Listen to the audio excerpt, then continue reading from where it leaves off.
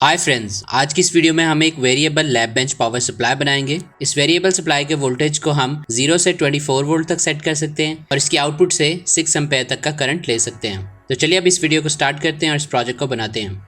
अगर आपने मेरे चैनल को अभी तक सब्सक्राइब नहीं किया तो पहले मेरे चैनल को सब्सक्राइब कर लें और उसके साथ लगे हुए बेल आइकन को जरूर प्रेस करें ताकि आपको न्यू वीडियोस की नोटिफिकेशंस मिलती रहें। आप मुझे फेसबुक और इंस्टाग्राम पे भी फॉलो कर लें। मेरा दूसरा चैनल है ज्ञानी टेक, उसको भी सब्सक्राइब करें और इसी तरह सपोर्ट करें। इस प्रोजेक्ट की कंपोनेंट लिस्ट और सर्किट डायग्राम आपको नीचे डिस्क्रिप्शन में मिल जाएंगे।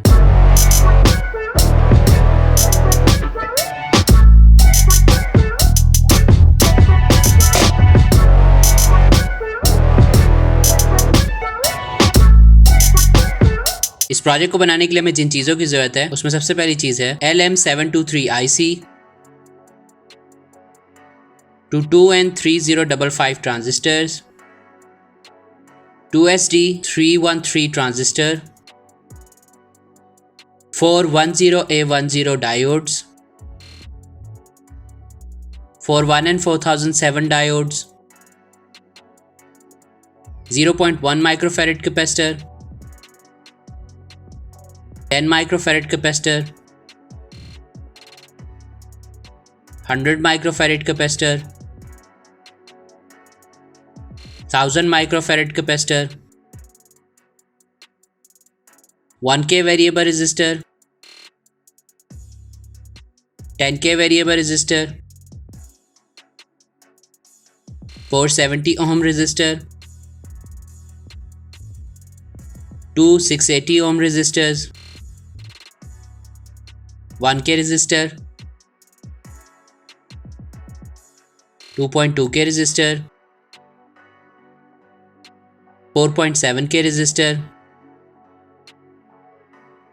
डिजिटल वोल्ट एम्पेयर मीटर, 2-पिन terminal block, 12V plus 25V transformer, heat sink, Vero board, jumper wires. सबसे पहले हम वेरो बोर्ड पे एक 10A10 डायोड को कनेक्ट करेंगे।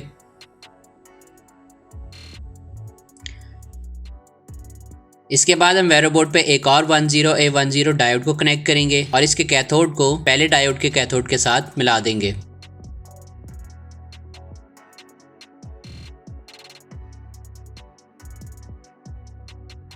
इसके बाद वेरो बोर्ड पे एक और 10A10 डायोड को कनेक्ट करेंगे और इसके कैथोड को पहले डायोड के एनोड के साथ मिला देंगे।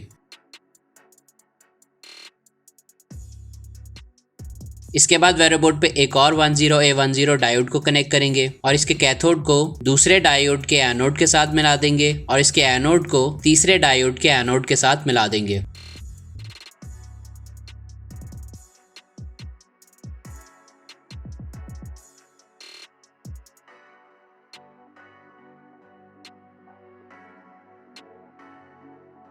इसके बाद वेरो बोर्ड पे 1000 माइक्रोफैरेड कैपेसिटर को कनेक्ट करेंगे और इसकी पॉजिटिव पिन को पहले और दूसरे डायोड के कैथोड के साथ मिला देंगे और इसकी नेगेटिव पिन को तीसरे और चौथे डायोड के एनोड के साथ मिला देंगे।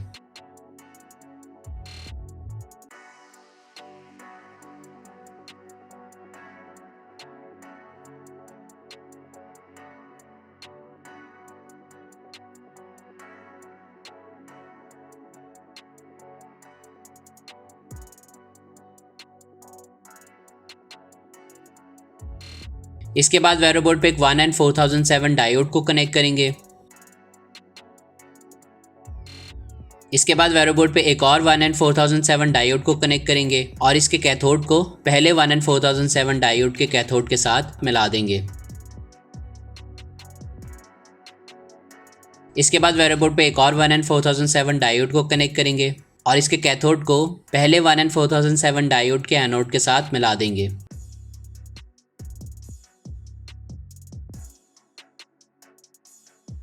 इसके बाद वेरो बोर्ड पे एक और 1N4007 डायोड को कनेक्ट करेंगे और इसके कैथोड को दूसरे 1N4007 डायोड के एनोड के साथ कनेक्ट कर देंगे और इसके एनोड को तीसरे 1N4007 डायोड के एनोड के साथ कनेक्ट कर देंगे।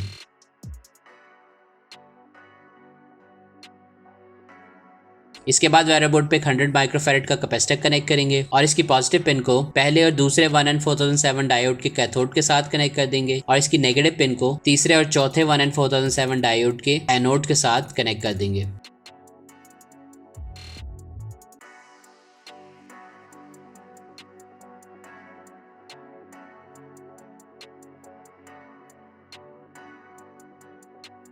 इसके बाद वेरो बोर्ड पे LM723 आईसी को कनेक्ट करेंगे और इसकी पिन नंबर 11 और 12 को 1000 माइक्रोफैरेड कैपेसिटर की पॉजिटिव पिन के साथ कनेक्ट कर देंगे और इसकी पिन नंबर 7 को 1000 माइक्रोफैरेड कैपेसिटर की नेगेटिव पिन के साथ कनेक्ट कर देंगे।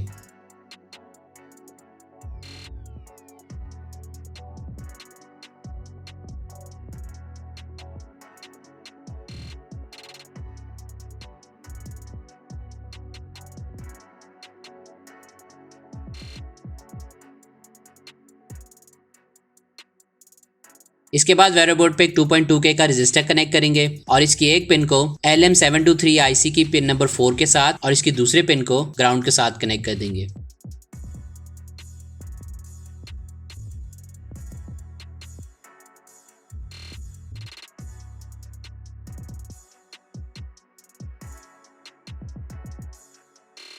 इसके बाद वेरो बोर्ड पे एक 4.7K का रजिस्टर कनेक्ट करेंगे और इसकी एक पिन को LM723 आईसी की पिन नंबर 3 के साथ और इसकी दूसरे पिन को आईसी की पिन नंबर 4 के साथ कनेक्ट कर देंगे।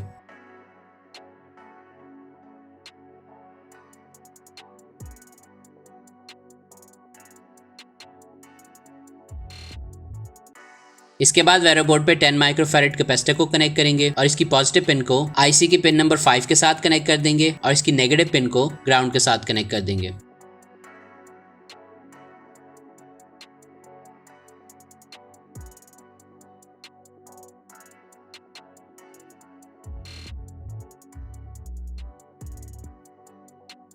इसके बाद वेरो बोर्ड पे 1K वेरिएबल रजिस्टर को कनेक्ट करेंगे और इसकी सेंटर पिन को आईसी की पिन नंबर 2 के साथ कनेक्ट कर देंगे।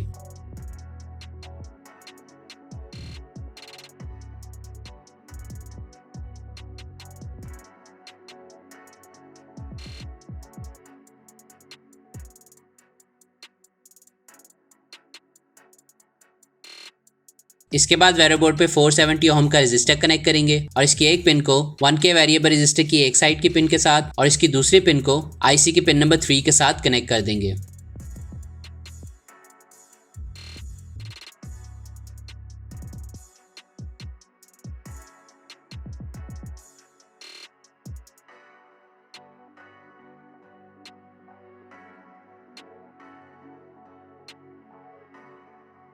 इसके बाद वेरो बोर्ड पे एक 680 ओम का रजिस्टर कनेक्ट करेंगे और इसकी एक पिन को 1K वेरिएबल रजिस्टर की बची हुई पिन के साथ और इसकी दूसरी पिन को आईसी की पिन नंबर 10 के साथ कनेक्ट कर देंगे।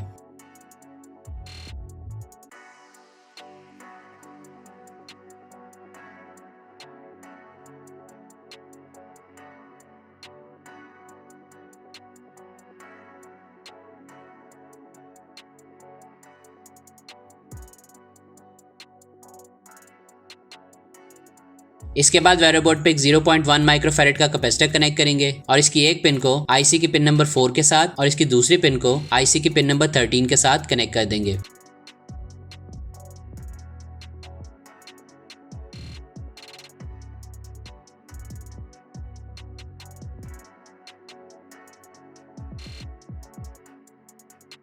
इसके बाद वेरो बोर्ड पे 10K वेरिएबल रजिस्टर को कनेक्ट करेंगे और इसकी सेंटर पिन को आईसी की पिन नंबर 5 के साथ कनेक्ट कर देंगे।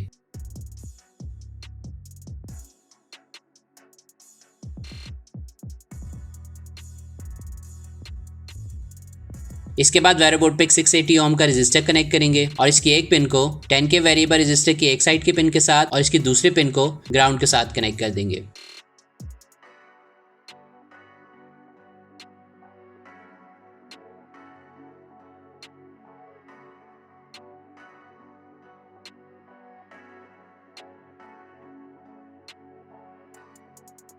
इसके बाद वेरो बोर्ड पे एक 1K का रजिस्टर कनेक्ट करेंगे और इसकी एक पिन को 10K वेरिएबल रजिस्टर की बची हुई पिन के साथ और इसकी दूसरी पिन को आईसी की पिन नंबर 6 के साथ कनेक्ट कर देंगे।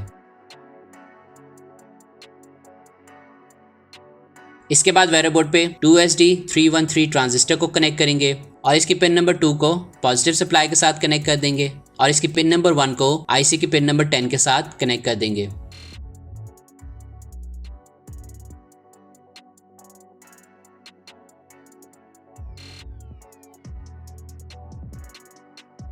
इसके बाद वायरो बोर्ड पे एक 2 पिन टर्मिनल ब्लॉक को कनेक्ट करेंगे और इसकी एक पिन को पहले 10A10 डायोड के एनोड के साथ और इसकी दूसरी पिन को दूसरे 10A10 डायोड के एनोड के साथ कनेक्ट कर देंगे।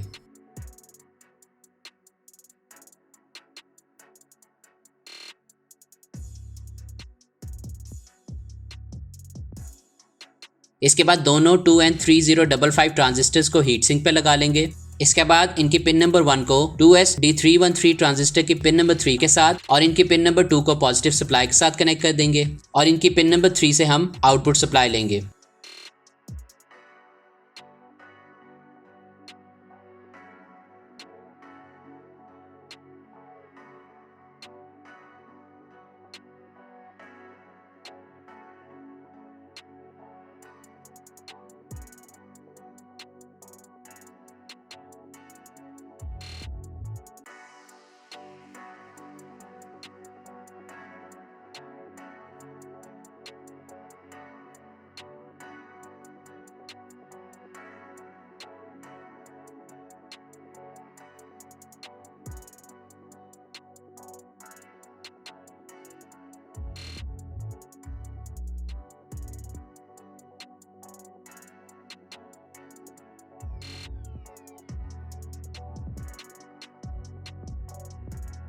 इसके साथ ही हमारा प्रोजेक्ट कंप्लीट हो चुका है। अब हम इसके साथ मीटर को कनेक्ट करते हैं। मीटर को सप्लाई देने के लिए हमें 12 वोल्ट सप्लाई की जरूरत है। हम अपने ट्रांसफार्मर से 12 वोल्ट एसी सप्लाई की एक वायर को पहले 1N4007 डायोड के एनोड के साथ लगा देंगे और 12 वोल्ट एसी सप्लाई की दूसरी वायर को हम दूसरे 1N4007 डायोड के एनोड के साथ लगा देंगे।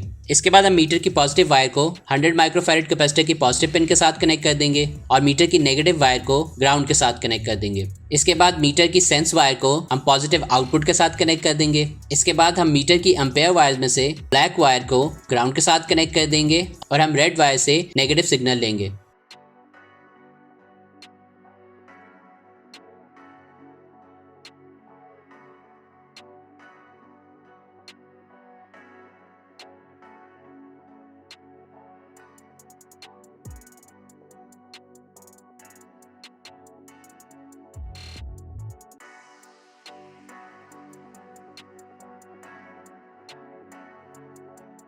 इसके साथ ही हमारी बेंच पावर सप्लाई तैयार हो गई है। तो चलिए अब इसको टेस्ट करके देखते हैं।